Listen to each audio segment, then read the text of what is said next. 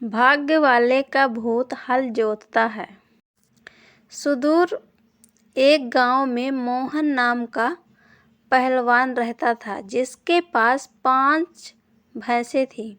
दिन भर भैंसों की देखभाल करना और उनका दूध पीना ही मोहन की दिनचर्या थी। भैंसों का दूध पीते रहने के कारण वह काफी बलवान हो गया था।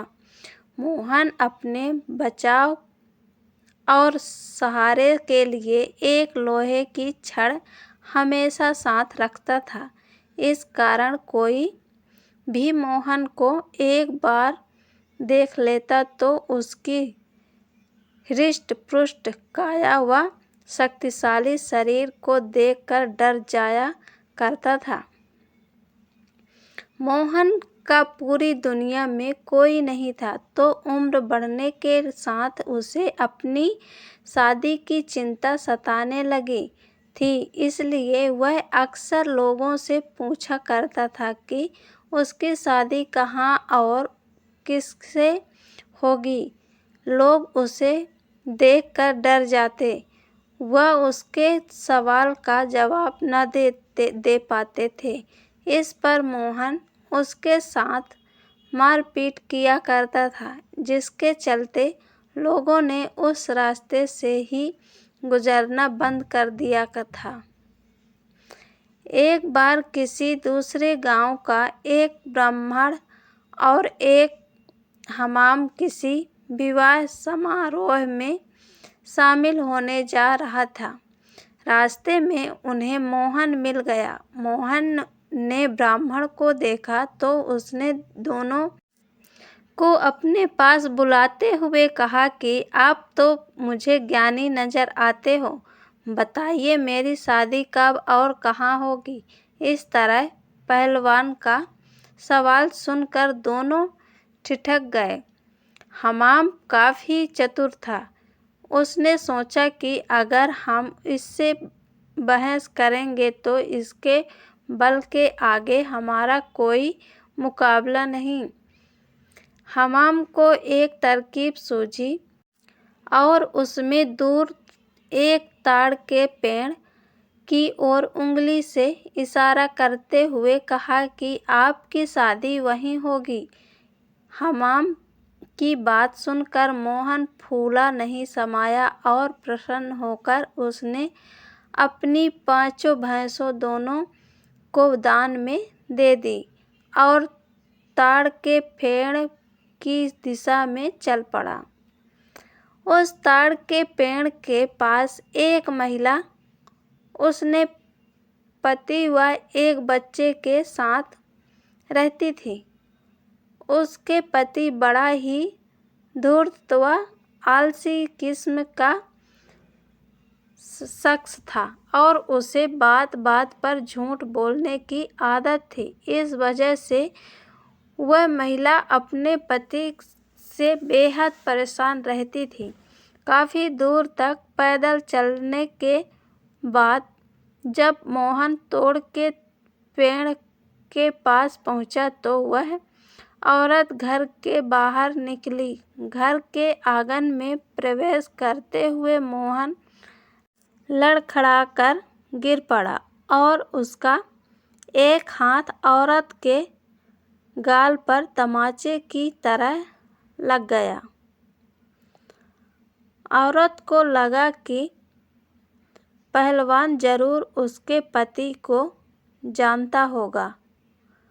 अपने एक हाथ से गाल मलते हुए औरत ने पहलवान को अतिथि कक्ष में बैठने के लिए कहा और उसे जलपान कराने लगी। इतने में औरत का पति वहां पहुंच गया।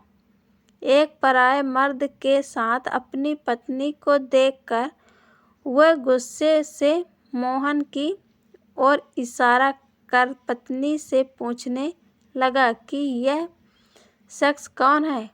औरत ने डरते हुए कहा कि उसे लगा कि वह परिचित है, इसलिए उसने उसे भीतर आने दिया।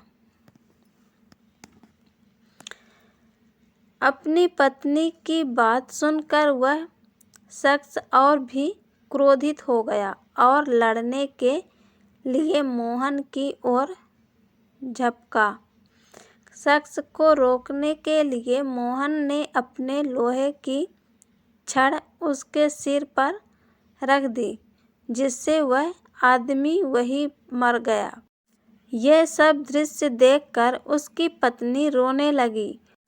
माहौल को देखकर पहलवान वहां से जाने लगा तो उस औरत ने मोहन को रोक लिया और कहने लगी कि उसके पति के अलावा घर में कमाने वाला कोई नहीं था और उनकी मृत्यु के बाद अब तुम्हें हमारे साथ ही रहना होगा। इसके बाद मोहन उस औरत के साथ उसी घर में रहने लगा। मोहन को भैंसों का दूध पीने के अलावा कोई काम नहीं आता था। ऐसे में कुछ दिन बाद जब घर का राशन खत्म होने लगा तो महिला ने उसे कहा कि वह बाहर जाकर कुछ कमा कर लेकर आए या फिर राजा के पास जाकर खेती के लिए जमीन मांग ले, ताकि वह खेती कर अपना भरण पोषण कर सके। महिला की बात सुनकर पहलवान अपने लोहे की छड़ उठाए राजमहल की ओर चल पड़ा। राजमहल के पास पहुंचने पर सभी द्वारपाल और सैनिक मोहन की काया देखकर डर से कांपने लगे और तुरंत राजा तक सूचना पहुंचाई कि कोई बलवान हाथ में लोहे की छड़ लिए महल की ओर बढ़ता चला आ रहा है। सूचना पाकर राजा ने तुरंत अपने मुंशी को बुलाया और उसे तत्काल पहलवान के पास जाकर आने का कारण पूछने का कहा।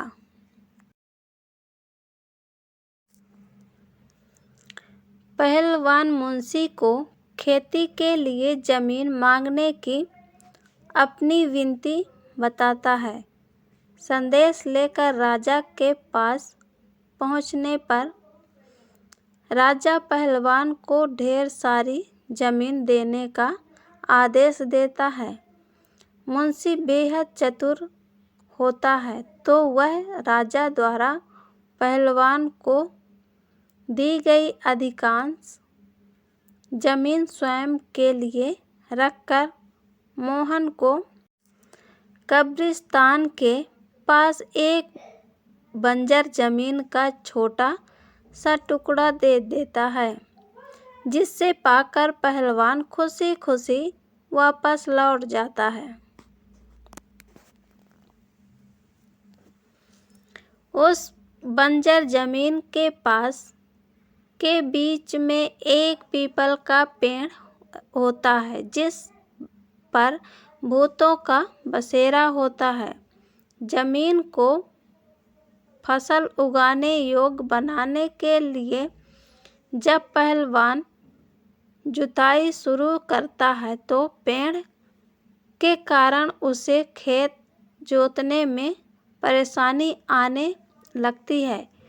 मोहन उस पेड़ को उखाड़ने की ठान लेता है और अपनी लोहे की छड़ से उस पर प्रहार करता है, जिससे करीब 150 भूत पेड़ से नीचे गिर जाते हैं और गुस्से से पहलवान की ओर लड़ने के लिए दौड़ते हैं। पहलवान अपनी छड़ से सभी भूतों के छक्के छुड़ा देता है। पहलवान से जीतना असंभव जानकर भूत मोहन के सामने पेड़ न काटने की गुजारिश करने लगे। भूतों ने कहा, यह हमारा घर है, हम कई साल से यहाँ रह रहे हैं, हमारे घर को मत उजाड़ो। भूतों ने इसके बदले खेतों में काम कर उपज मोहन को घर पहुँचाने का प्रस्ताव रखा। मोहन को भूतों पर दया आ जाती है और वह उनका प्रस्ताव स्वीकार कर घर चला जाता है। इसके बाद से भूत समय समय पर पहलवान के घर हर फसल पहुँचाने लगे। एक बार उन भूतों का गुरु उनसे मिलने आता है। सभी भूतों को दुबला पतला व कमज़ोर देखकर वह उनकी दुर्दशा का कारण पूछता है। भूतों से पूरा वृत्तांत सुनकर गुरु पहलवान को सबक सिखाने की ठानता है और उसके घर की ओर चल पड़ता है। भूतों का गुरु एक बिल्ली का रूप धारण कर पहलवान पर हमला करने की योजना बनाता है। उन दिनों पहलवान के घर में रोज एक बिल्ली रसोई में घुसकर सारा दूध पी जाती थी, जिससे वह काफ़ी परेशान था। उस दिन पहलवान भी उस बिल्ली को सबक सिखाने के लिए दरवाजे के पीछे छिपकर बिल्ली का इंतजार कर रहा होता है। जैसे ही बिल्ली के रूप में भूत का गुरु कमरे में प्रवेश करता है, पहलवान उस पर प्रहार कर देता है। पहलवान के प्रहार से भूतों के गुरु की कई हड्डियां टूट जाती हैं और वह अपने असली रूप में आकर अपनी जान बख्शने का निवेदन करने लगता है। मोहन ने भूतों के गुरु को छोड़ने पर खुद के लिए सजा चुनने के लिए कहा। ऐसे में भूतों के गुरु ने कहा कि उसे बख्शने पर वह राशन की मात्रा 2 गुनी कर देगा। भूतों के गुरु की इस बात पर कुछ देर विचार करने के बाद पहलवान उसे छोड़ देता है।